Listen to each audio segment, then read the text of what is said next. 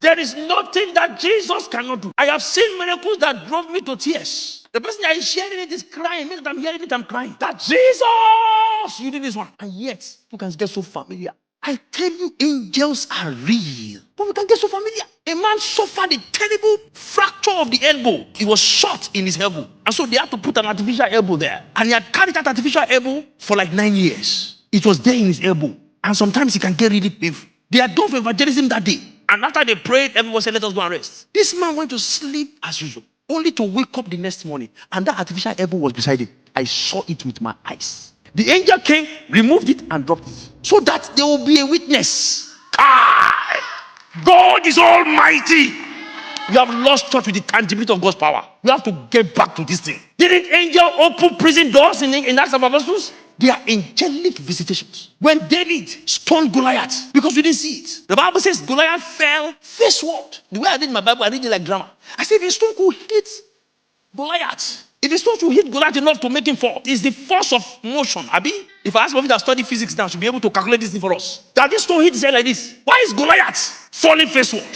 Because an angel stood behind him and sand him.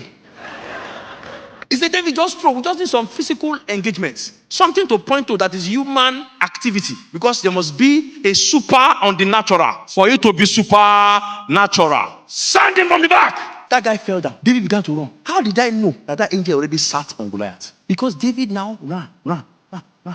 Use his two hands to carry Goliath's sword. Begin to cut Goliath's head. Goliath did not get up. How did Goliath not be able to stand up? These things are happening. Sometimes he leads the entire disciples from the prison. They walk past the guards like this and they didn't see them.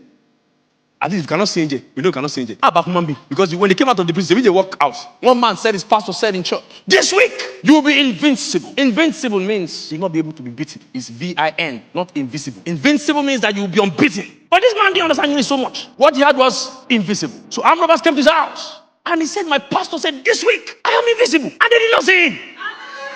They came, they ransacked everywhere. He sat down and he said, my pastor said I'm invisible. He had it. Faith comes by hearing. It is what he had. He believed what he had. And what he had worked for him. Unlimited door. All powerful. But we have the capacity to shrink in to the possibilities of our mind. What is your business that God cannot do? What's that your small business? No matter how powerful God is, He cannot bypass your mind. He wants to do something big, but God cannot do anything big with a small thinker. So you have somebody who is praying at level 10, but thinking at level 2. He will only see God's hand at level 2, because that's what his mind can take.